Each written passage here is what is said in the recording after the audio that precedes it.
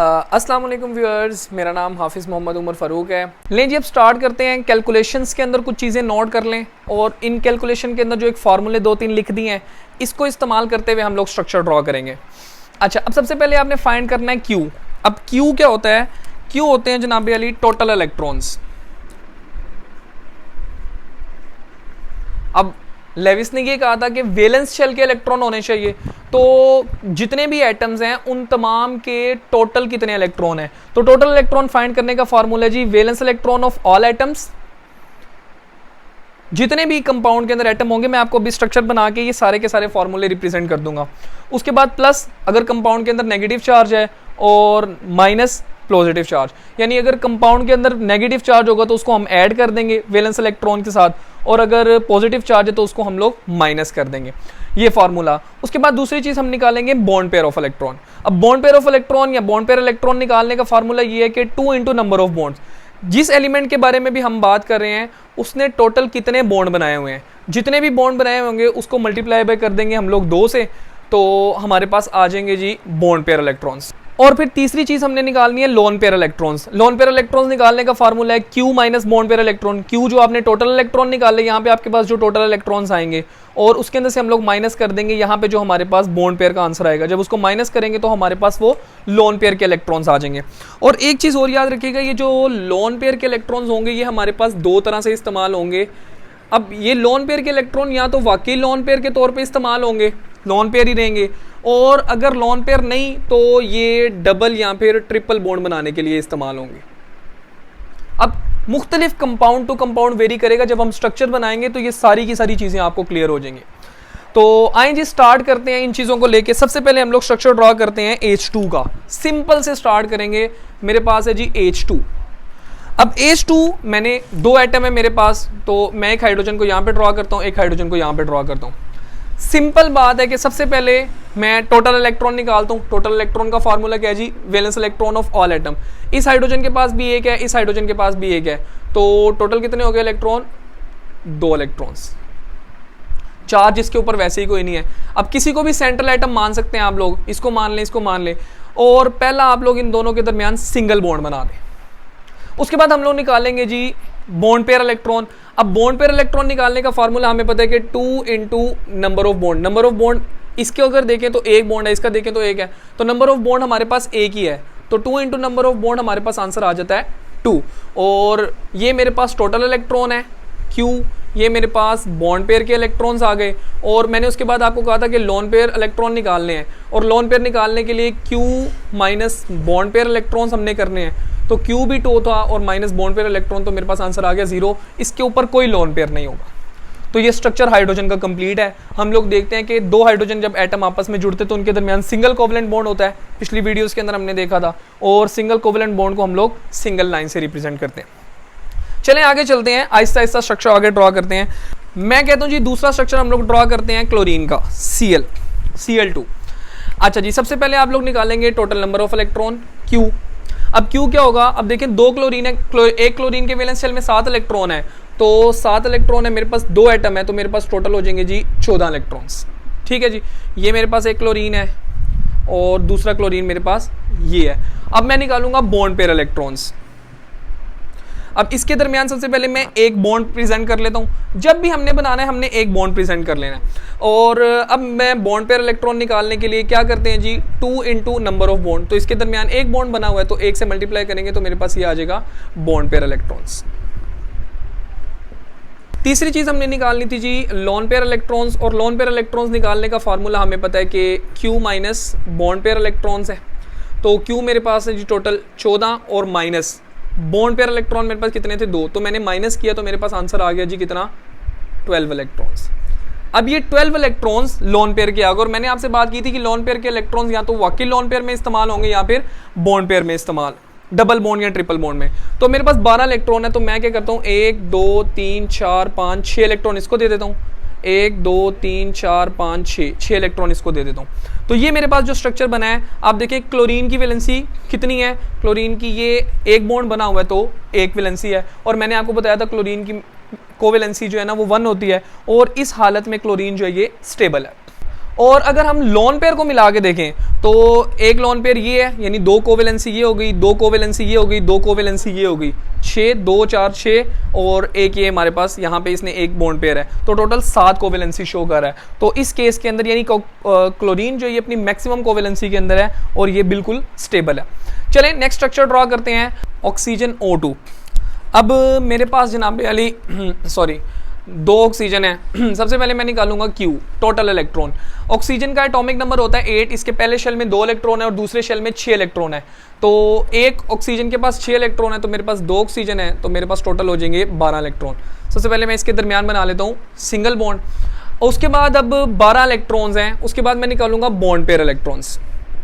अब bond pair electrons निकालने के लिए क्या इस्तेमाल करना पड़ेगा, 2 into number of bond. Number of bond इसका 1 है, तो इसका आंसर आ जाएगा जी 2।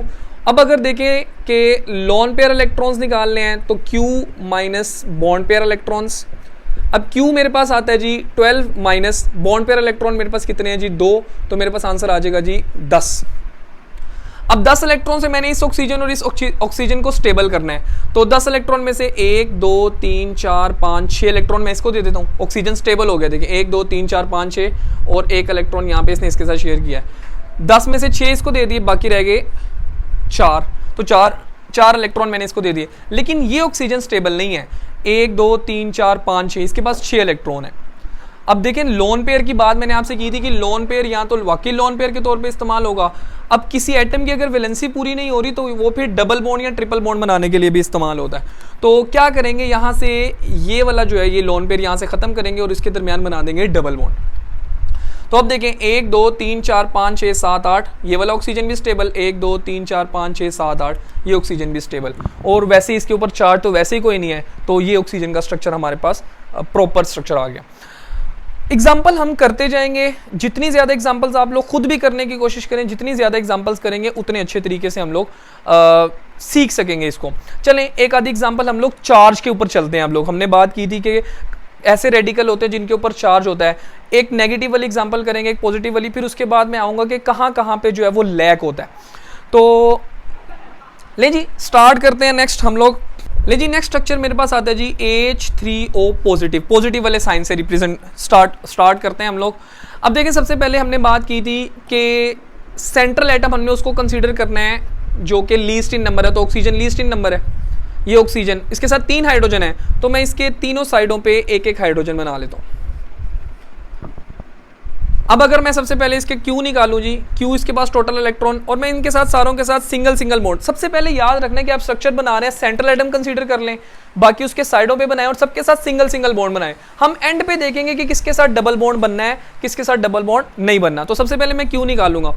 अब ऑक्सीजन के वैलेंस शेल में होते हैं 6 इलेक्ट्रॉन, तो ये 6 इलेक्ट्रॉन, उसके बाद प्लस हाइड्रोजन के वैलेंस शेल में होता है 1 इलेक्ट्रॉन, तो हाइड्रोजन के 3 एटम है, 1 इलेक्ट्रॉन होता है, हाइड्रोजन के 3 एटम है, और उसके बाद इसके ऊपर चार्ज भी है। तो मैंने आपको फार्मूला बताया था। अब देखिए चार्ज है प्लस में, तो मैंने आपको कहा था कि चार्ज जब भी प्लस में होगा तो उसको हमने उस पर बाकी वैलेंस इलेक्ट्रॉन में से माइनस करना है, तो मैं कर दूंगा जी -1।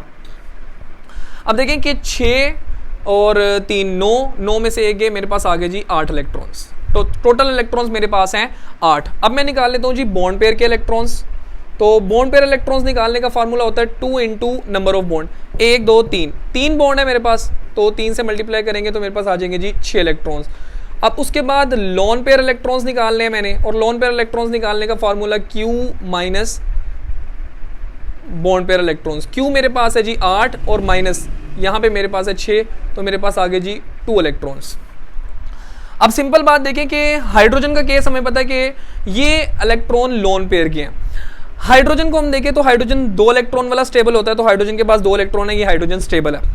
इस हाइड्रोजन की बात करें तो ये हाइड्रोजन भी स्टेबल है, और अगर इस हाइड्रोजन की बात करें तो ये भी स्टेबल है, और स्टेबल होने के बाद ये 2 इलेक्ट्रॉन बचते हैं, ये लोन पेयर, तो ये ऑक्सीजन के ऊपर आ जाएगा लोन पेयर। और हमने बात की थी कि इसके ऊपर पॉजिटिव चार्ज है, तो पॉजिटिव चार्ज जब भी होगा उसको हम लोग सेंट्रल एटम पे रखेंगे, तो ये ऑक्सीजन के ऊपर इसका पॉजिटिव चार्ज है, तो ये H3O पॉजिटिव का स्ट्रक्चर बनता है।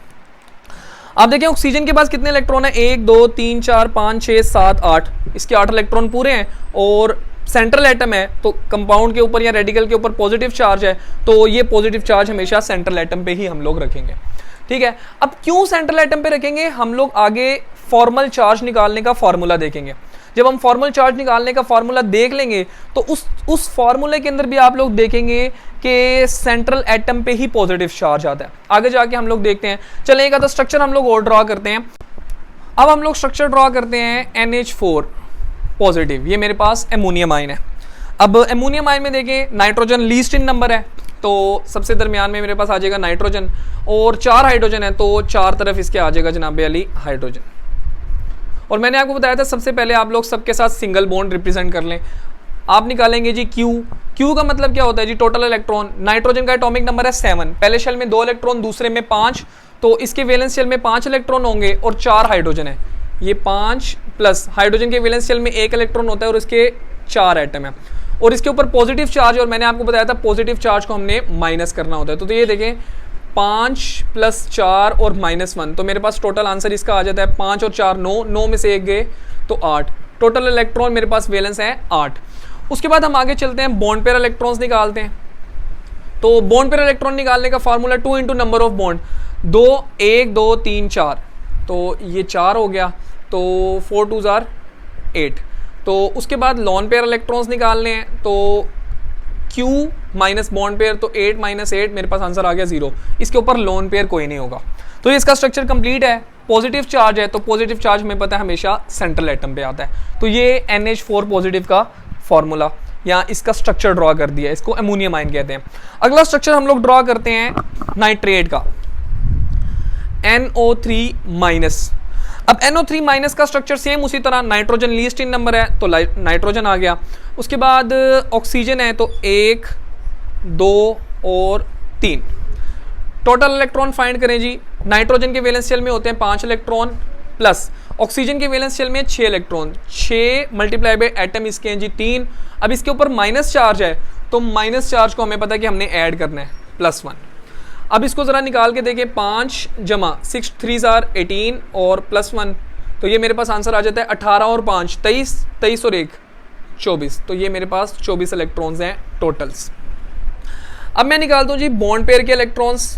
तो बॉन्ड पेयर के इलेक्ट्रॉन निकालने का formula 2 × number of bond. Number of bond इसके अंदर 1 2 3 है, तो 2 × नंबर ऑफ बॉन्ड 3, तो ये मेरे पास आ जाएंगे जी 6 इलेक्ट्रॉन। और अब मैंने निकालने जी लॉन पेयर के इलेक्ट्रॉन्स, और लॉन पेयर इलेक्ट्रॉन्स निकालने का फॉर्मूला हमें पता है Q - बॉन्ड पेयर इलेक्ट्रॉन्स होता है। Q मेरे पास है जी 24 - बॉन्ड पेयर के इलेक्ट्रॉन मेरे पास हैं 6, तो 24 में से अगर मैं 6 निकालता हूँ तो मेरे पास बाकी बचते हैं 18 इलेक्ट्रॉन। अब इन 18 इलेक्ट्रॉन से मैंने बाकी एलिमेंट्स को स्टेबल करना है। अब 18 इलेक्ट्रॉन में से सबसे पहले जब भी आप स्टेबल करने की बात करेंगे, ऑक्टेट कंप्लीट करने की बात करेंगे, सबसे पहले कॉर्नर एटम्स का ऑक्टेट कंप्लीट करेंगे। तो 18 इलेक्ट्रॉन है, 1 2 3 4 5 6, ऑक्सीजन स्टेबल हो गया, 6 इलेक्ट्रॉन ये और 2 इलेक्ट्रॉन ये, 1 2 3 4 5 6। अब देखें ये ऑक्सीजन भी स्टेबल हो गया, 1 2 3 4 5 6, ये ऑक्सीजन भी स्टेबल हो गया। 18 इलेक्ट्रॉन थे, 6 इसको दे दिए, 6 इसको दे दिए और 6 इसको दे दिए, 18 इलेक्ट्रॉन पूरे हो गए। अब हमने अगली बात की थी कि माइनस चार्ज जब भी होगा या नेगेटिव चार्ज जब भी होगा तो हम कॉर्नर एटम को देंगे। अब कॉर्नर एटम को कैसे देंगे, अब ये बात हमने करनी है। सबसे पहली बात तो आप ये देखें कि मैंने आपको कहा था कि नाइट्रोजन जो है, ये सेंट्रल एटम नाइट्रोजन 2 तरह की वैलेंसी शो करता है, 3 करता है या 4 करता है। और हम कहते हैं कि एटम की मैक्सिमम कोशिश यही होती है कि वो अपनी मैक्सिमम कोवैलेंसी के अंदर है। तो अगर देखें ये 3 कोवैलेंसी के अंदर है, तो ये अगर 4 के अंदर आना चाहते हैं तो यहाँ से ये हम लोग सबसे पहले लॉन पेयर को ख़त्म करेंगे, क्योंकि आपसे बात हुई थी कि लॉन पेयर जो है वो या तो वाकई लॉन पेयर के तौर पे इस्तेमाल होता है या डबल बॉन्ड या ट्रिपल बॉन्ड बनाने के लिए। तो यहाँ से मैं ख़त्म करके इनके दरमियान बना देता हूँ डबल बॉन्ड।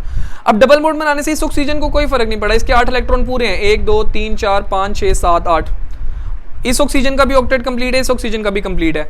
अच्छा, उसके बाद अब हमने नेगेटिव चार्ज डालना है। अब मैंने तो आपसे बात की थी कि नेगेटिव चार्ज जब भी होगा वो कॉर्नर के एटम्स के ऊपर होगा। तो अब कॉर्नर का एटम तो 3 है, 1 2 3। अब कॉर्नर के एटम में से किसके ऊपर नेगेटिव चार्ज दें, अब वो बात आएगी जो मैंने आपको बताया था कि फॉर्मल चार्ज निकालना है हमने। तो फॉर्मल चार्ज निकालने का एक फार्मूला होता है, यहाँ पे मैं लिख देता हूँ। इस फॉर्मूले को लगा के ही आप लोग जो है वो बाकी चीजें क्लियर करेंगे। अब फॉर्मल चार्ज जो है ना, याद रखना है कि यहाँ पे 3 एटम है, 1 2 3। हर एटम का फॉर्मल चार्ज आप लोग अलग अलग निकालेंगे इंडिविजुअली। ऐसे नहीं है कि पूरे कंपाउंड का फॉर्मल चार्ज निकाल दें, फॉर्मल चार्ज हर एटम का आप इसका भी निकाल के देखेंगे, इसका भी निकाल के देखेंगे, इसका भी निकाल लेंगे और इसका भी निकाल लेंगे। तो इंडिविजुअली निकालना है। फॉर्मूला बनता क्या है कि ये जो हमारे पास फॉर्मल चार्ज होता है ये मेरे पास बराबर है वैलेंस इलेक्ट्रॉन, यानी जिस भी एटम का आप लोग निकाल रहे हैं उसके valence electron minus lone pair electrons minus bond pair electrons divided by 2। अब बॉन्ड पेयर इलेक्ट्रॉन्स में सारे आएंगे। लेट्स सपोज अगर मैं इस ऑक्सीजन का निकाल दूं तो इसके बॉन्ड पेयर में 2 इलेक्ट्रॉन्स हैं, बॉन्ड पेयर के टोटल इलेक्ट्रॉन। बॉन्ड पेयर का मतलब भी ये है कि वो पेयर जिस इलेक्ट्रॉन के पेयर ने बॉन्डिंग में हिस्सा लिया है, बेशक वो एक इलेक्ट्रॉन एक एटम का, दूसरा इलेक्ट्रॉन दूसरे का है, वो बॉन्ड पेयर में दोनों इलेक्ट्रॉन कंसीडर होंगे।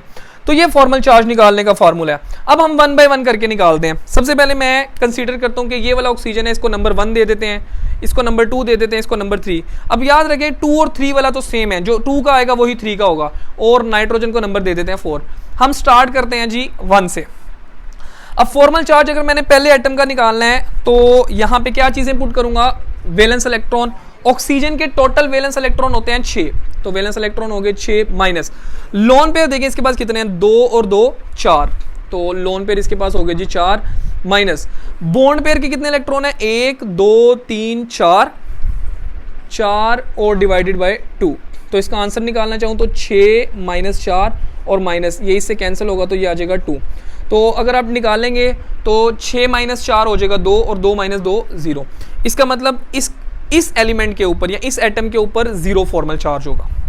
चलें बाकी के ऊपर देख लेते हैं। ले जी इस ऑक्सीजन को अगर हम निकाल के देखते हैं तो सेकंड वाले एटम के अंदर ऑक्सीजन के वैलेंस शेल में होते हैं जी 6 इलेक्ट्रॉन, वैलेंस इलेक्ट्रॉन मैंने ड्रॉ कर दिए जी 6 माइनस।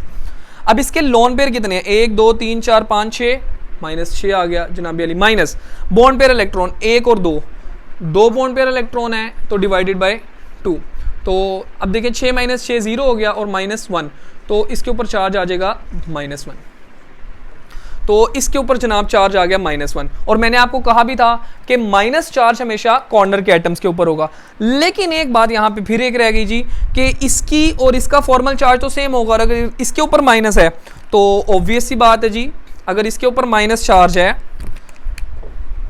तो इसके ऊपर भी माइनस चार्ज होगा, तो कंपाउंड के ऊपर तो एक माइनस है।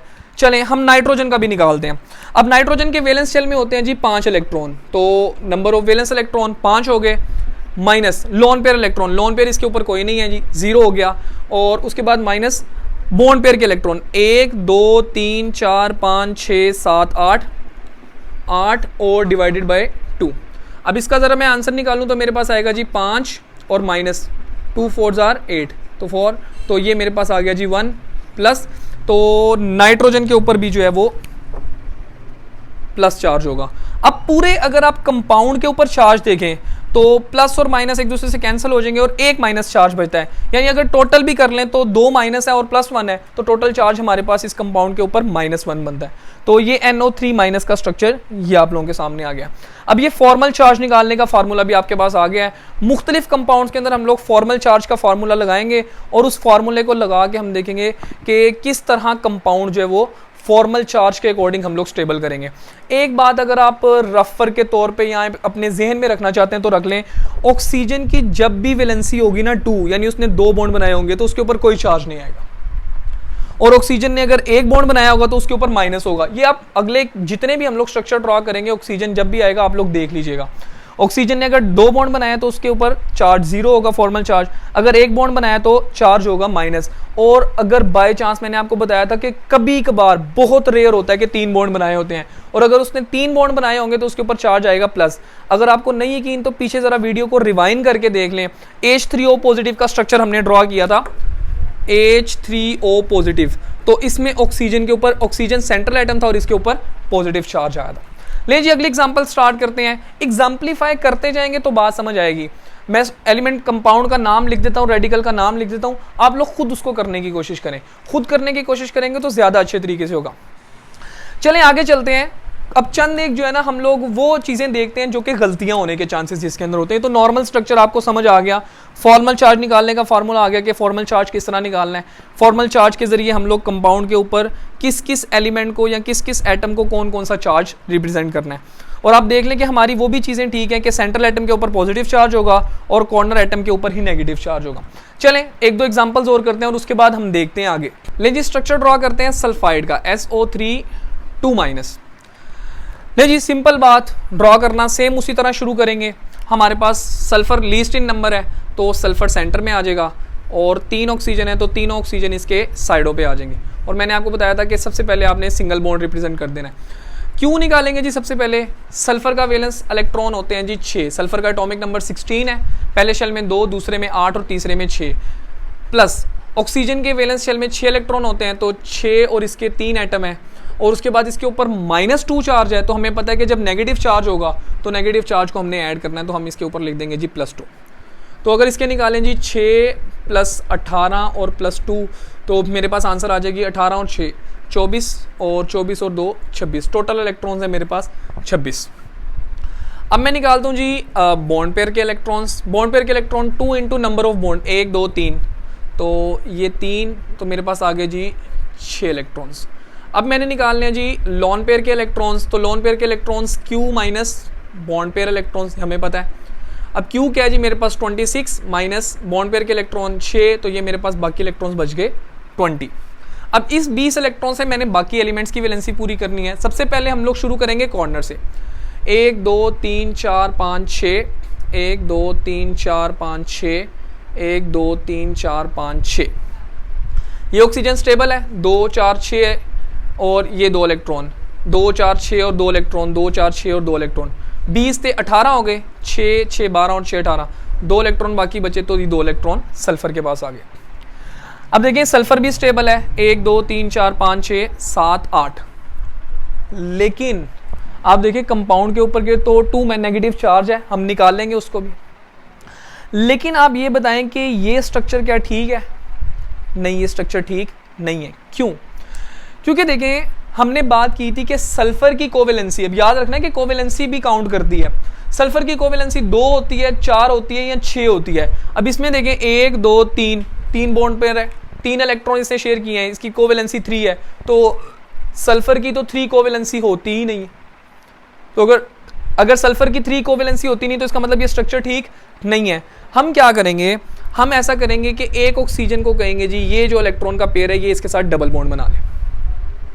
अब डबल बॉन्ड बनाने से क्या होगा? 1 2 3 4 5 6 7 8, ऑक्सीजन के 8 इलेक्ट्रॉन पूरे हैं, 1 2 3 4 5 6 7 8, इस ऑक्सीजन के भी 8 इलेक्ट्रॉन पूरे हैं, 1 2 3 4 5 6 7 8, इस ऑक्सीजन के भी 8 इलेक्ट्रॉन पूरे हैं। सल्फर को देखें तो 1 2 3 4 5 6 7 8 9 10, सल्फर के पास 10 इलेक्ट्रॉन है। अब याद रखिएगा कि सल्फर के पास ये ऑप्शन मौजूद है। हमने कहा था कि सेंट्रल एटम अपना ऑक्टेट रूल ब्रेक कर सकता है, लेकिन 8 इलेक्ट्रॉन से ज्यादा होने चाहिए। इस वक्त सल्फर के पास 10 इलेक्ट्रॉन है। अब 10 इलेक्ट्रॉन है लेकिन ये स्टेबल है और वैलेंसी कितनी शो कर रहा है? 1 2 3 और 4। अब आप कहेंगे जी यहाँ से भी एक स्ट्रक्चर ड्रॉ करें, यहाँ से भी एक लोन पेयर को काटें और यहाँ पे बना दें, यहाँ से एक लोन पेयर को काट के यहाँ पे बना दें, तो वो पॉसिबल नहीं होगा। क्यों? क्योंकि आप देखें 1 2 3 4 कोवेलेंसी और इसके पास एक लोन पेयर भी है। मैंने आपको बताया था कि लोन पेयर के 2 इलेक्ट्रॉन्स जो हैं वो 2 कोवेलेंसी शो करेंगे।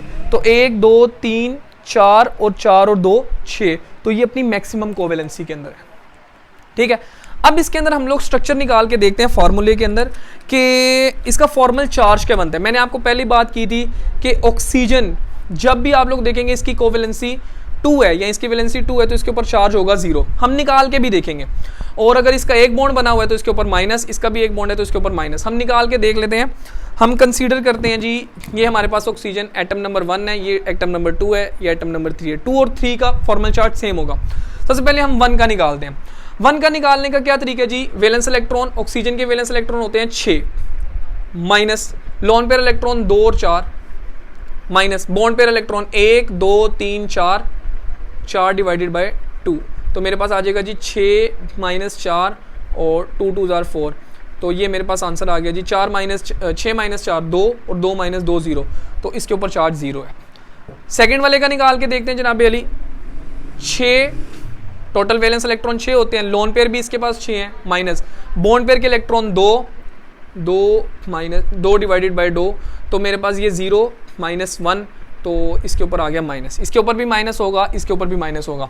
तो सल्फर के ऊपर भी निकाल के देख लें, कोई चार्ज नहीं होगा। सल्फर का एटॉमिक नंबर कितना होता है 16, वैलेंस शेल में 6 इलेक्ट्रॉन है, माइनस लोन पेयर इलेक्ट्रॉन 2, ये इसके 2 इलेक्ट्रॉन है, minus bond pair electron 1 2 3 4 5 6 7 8, 8 minus 2, तो 6 माइनस 2 करें आप लोग तो 4 और माइनस 4, तो आंसर 0। सल्फर के ऊपर भी कोई चार्ज नहीं है, यानी सल्फर के ऊपर भी 0 चार्ज है। तो ये SO32 माइनस का स्ट्रक्चर है। और सल्फर की कोवेलेंसी अगर आप देखें तो 1 2 3 4 और एक इसके ऊपर लोन पेयर है, ये इसकी कोवेलेंसी भी पूरी होगी। तो ये हमारे पास स्ट्रक्चर है सल्फाइड के केस में। एक और स्ट्रक्चर ड्रॉ करते हैं ताकि हमारी मजीद कन्फ्यूजन दूर हो जाए, और उसके बाद एक स्ट्रक्चर और ड्रॉ करने के बाद एक कन्फ्यूजन आपको और डिस्कस करनी है, और उसके बाद ये आर्टिकल हमारा लेविस स्ट्रक्चर का कंप्लीट हो जाएगा। अब आपके सामने कोई भी रेडिकल आता है, कोई भी कंपाउंड आता है, तो आप बड़ा इजीली जो है इसको कंक्लूड कर देंगे और आप बड़े अच्छे तरीके से स्ट्रक्चर ड्रॉ कर देंगे, और चार्जेस भी आप लोग बिल्कुल सही ड्रॉ करेंगे। चलें आगे चलते हैं, एक दो एग्जाम्पल्स और कर लेते हैं ताकि हमारी चीज़ें बिल्कुल क्लियर हो जाए। चलें एक कॉमन एग्जाम्पल करते हैं जो हमने बहुत ज़्यादा मरतबा देखा होता है, सल्फेट SO4 2-।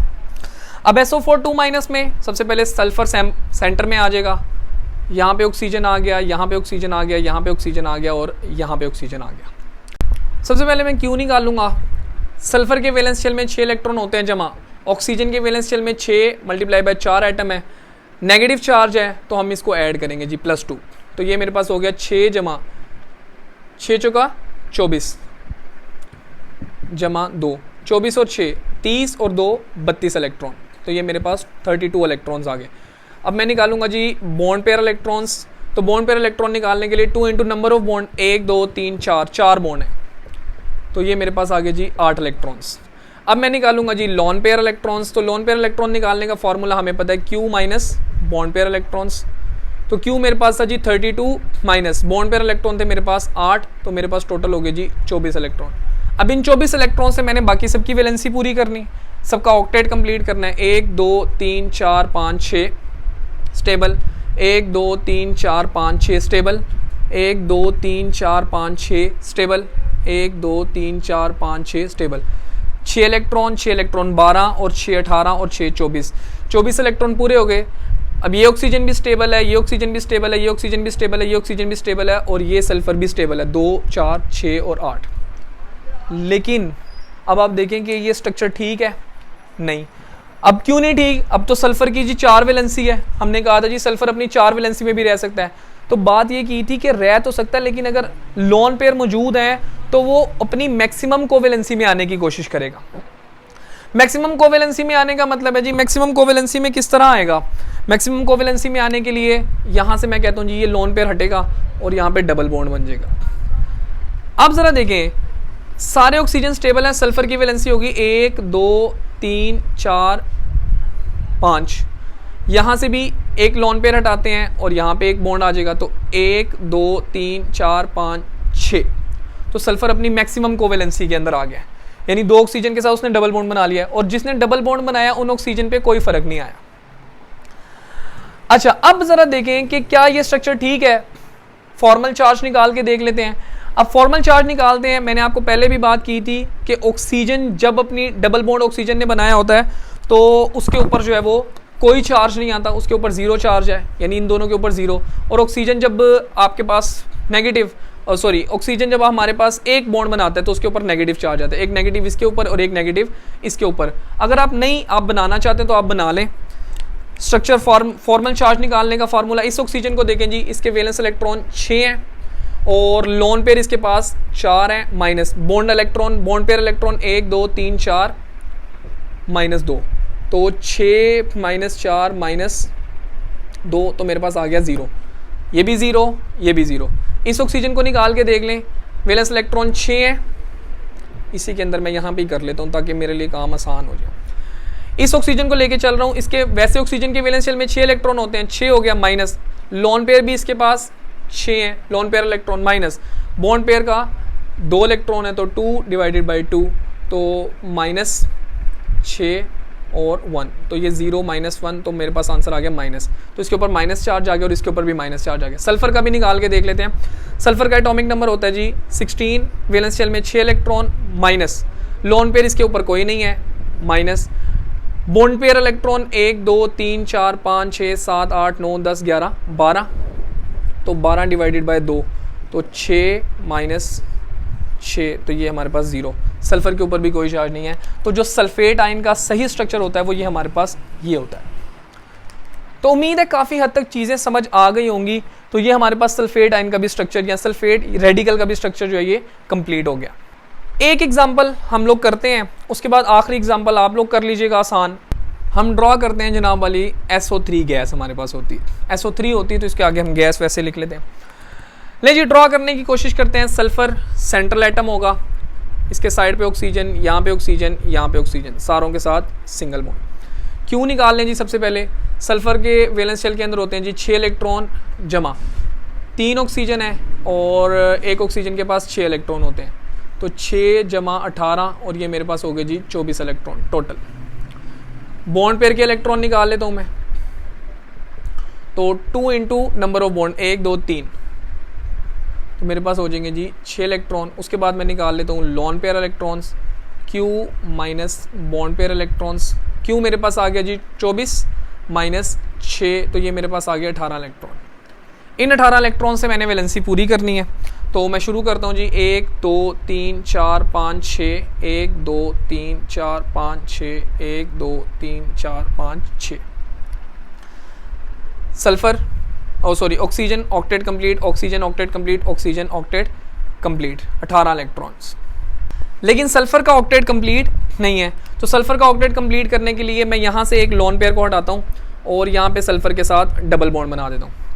अब देखें, इस ऑक्सीजन का भी ऑक्टेट कंप्लीट, इसका भी ऑक्टेट कंप्लीट, इसका भी ऑक्टेट कंप्लीट और सल्फर का भी ऑक्टेट कंप्लीट हो गया। 1 2 3 4 5 6 7 8, तो सबका ऑक्टेट कंप्लीट हो गया। लेकिन अब देखें कि सल्फर की कोवेलेंसी कितनी है, 1 2 3 4। इसकी कोशिश तो ये है कि ये कोवेलेंसी कितनी शो करे, 6 मैक्सिमम कोवेलेंसी में है, लेकिन इस वक्त ये 4 शो कर है। ये स्ट्रक्चर ठीक है, मैंने आपसे पहले भी बात की थी कि मुख्तलिफ स्ट्रक्चर आपके सामने आएंगे, होंगे दोनों ठीक, लेकिन हम मोस्ट अप्रोप्रिएट देखेंगे कि ज़्यादा अच्छा स्ट्रक्चर कौन सा है।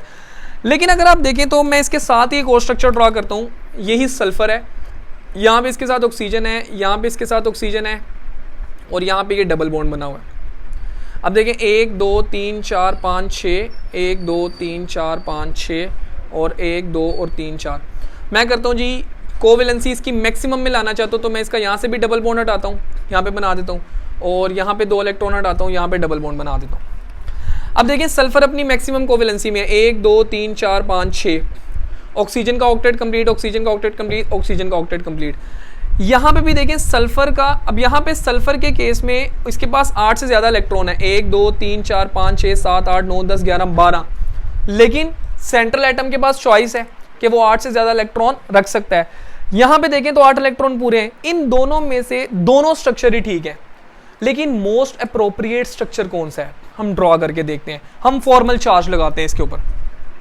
ले जी ये एटम 1, ये 2, ये 3, और हमें पता है, मैंने आपसे वैसी सिंपल बात की हुई है कि जब ऑक्सीजन डबल बॉन्ड बनाएगा तो उसके ऊपर चार्ज 0 होगा, 0 0 0। सल्फर के ऊपर चार्ज निकाल के देख लें तो सल्फर के ऊपर भी चार्ज 0 आएगा। पहले इस ऑक्सीजन का निकालते हैं। ऑक्सीजन के वैलेंस शेल में 6 इलेक्ट्रॉन होते हैं माइनस, लोन पेयर में 1 2 3 4 माइनस, बॉन्ड पेयर में 1 2 3 4 4 माइनस 2, ये 6 में से 4 गए 2 और ये इसके साथ कैंसिल होके माइनस, तो ये मेरे पास चार्ज आ गया 0। इसके ऊपर भी 0, इसके ऊपर भी 0, इसके ऊपर भी 0। सल्फर का भी निकाल लेते हैं। सल्फर के वैलेंस शेल में 6 इलेक्ट्रॉन माइनस, लोन पेयर इसके ऊपर कोई नहीं है माइनस, इलेक्ट्रॉन बॉन्ड पेयर के 1 2 3 4 5 6 7 8 9 10 11 12, 12 डिवाइडेड बाई 2, तो 6 माइनस 6, तो मेरे पास आंसर आ गया 0। सल्फर के ऊपर भी कोई चार्ज नहीं। अच्छा, यही काम हम इसके साथ करके देख लेते हैं। अब देखें 1 2 और 3, 1 और 2 का तो सेम होगा और 3 का निकाल लेते हैं। तीसरे ऑक्सीजन ने डबल बॉन्ड बनाया, तो डबल बॉन्ड वाले ऑक्सीजन का तो आपने निकाल के देख लिया है कि फॉर्मल चार्ज आता है 0, तो इसके ऊपर चार्ज होगा 0। इस ऑक्सीजन का देखें तो 6 वैलेंस शेल में 6 इलेक्ट्रॉन माइनस, लोन पेयर कितने हैं, 3 है, तो 3 लोन पेयर के 6 इलेक्ट्रॉन्स होंगे टोटल, माइनस 1 2 बॉन्ड पेयर के इलेक्ट्रॉन डिवाइडेड बाई 2, तो 6 में से 6 गए 0, तो ये आ गया 1, तो -1 चार्ज आ गया। इसके ऊपर भी -1 आ गया, इसके ऊपर भी -1 आ गया, क्योंकि ये दोनों सेम है। अब सल्फर का निकाल लेते हैं। इस सल्फर का, सल्फर के वैलेंस शेल में होते हैं जी 6 इलेक्ट्रॉन, माइनस लोन पेयर इसके ऊपर कोई नहीं है, माइनस 1 2 3 4 5 6 7 8, 8 इलेक्ट्रॉन है बॉन्ड पेयर में, डिवाइड कर दें, 6 -2 2 जार 4, तो ये 4, तो ये आ गया जी +2। अब देखिए -1 और +2, इसमें भी ओवरऑल चार्ज 0 है, यानी SO3 का ये भी स्ट्रक्चर ठीक है। लेकिन देखें कि ये दोनों स्ट्रक्चर ठीक है, लेकिन ज्यादा स्टेबल स्ट्रक्चर कौन सा है, वो ये वाला है। क्यों? अब हमारे पास 2 कंपाउंड हैं, दोनों कंपाउंड के दोनों स्ट्रक्चर स्टेबल हैं। अब 2 कंपाउंड में से हमने ये देखना है कि कौन सा ज्यादा मोस्ट अप्रोप्रिएट है। तो याद रखिएगा कि जिस कंपाउंड के ऊपर फॉर्मल चार्ज जितना कम होगा वो उतना अच्छा और उतना ज्यादा स्टेबल कंपाउंड कंसीडर होगा। हैं दोनों स्टेबल, लेकिन हमने देखना है कि दोनों ठीक हैं, तो इसमें से ज्यादा अप्रोप्रिएट कौन सा है, तो ज्यादा अप्रोप्रिएट वो होगा जिसका फॉर्मल चार्ज कम होगा। तो इसके ऊपर फॉर्मल चार्ज देख लें, ओवरऑल फॉर्मल चार्ज भी 0 है और हर एटम के ऊपर भी फॉर्मल चार्ज 0 है। और अगर इसके ऊपर देखें, ओवरऑल तो 0 है, लेकिन एटम्स के ऊपर फॉर्मल चार्ज आ रहा है, ओवरऑल 0 हो जाता है। तो इस बेस के ऊपर हम लोग कहते हैं कि ये वाला स्ट्रक्चर है SO3 का, ये ज्यादा अप्रोप्रिएट है और ये हमारे पास SO3 गैस का स्ट्रक्चर होता है। तो उम्मीद है कि इतनी एग्जांपल्स करने के बाद काफ़ी हद तक चीज़ें क्लियर हो गई होंगी। ये था लेविस डॉट स्ट्रक्चर, और अब इसके बाद आपके सामने कोई भी रेडिकल रख दिया जाता है, कोई भी कंपाउंड रख दिया जाता है, तो मुझे उम्मीद है कि आपको बनाने में कोई मसला नहीं आएगा। तो मुझे उम्मीद है कि आपको चीज़ें समझ आ गई होंगी। एक एग्जांपल अगर आप करना चाहते हैं तो आप कर लें। ये एक फॉस्फेट की PO4 3-, तो आप इसको खुद बनाने की कोशिश करें और कमेंट सेक्शन के अंदर बताएं कि आपने स्ट्रक्चर सही बनाया कि नहीं। तो उम्मीद है कि सारी की सारी चीज़ें क्लियर हो गई हैं। अगर कोई चीज़ समझ नहीं आई तो कमेंट सेक्शन के अंदर जाके पूछ लें। आपसे मुलाकात होगी इंशाल्लाह नेक्स्ट वीडियो के अंदर। अपना बहुत सारा ख्याल रखिएगा। अल्लाह हाफिज़।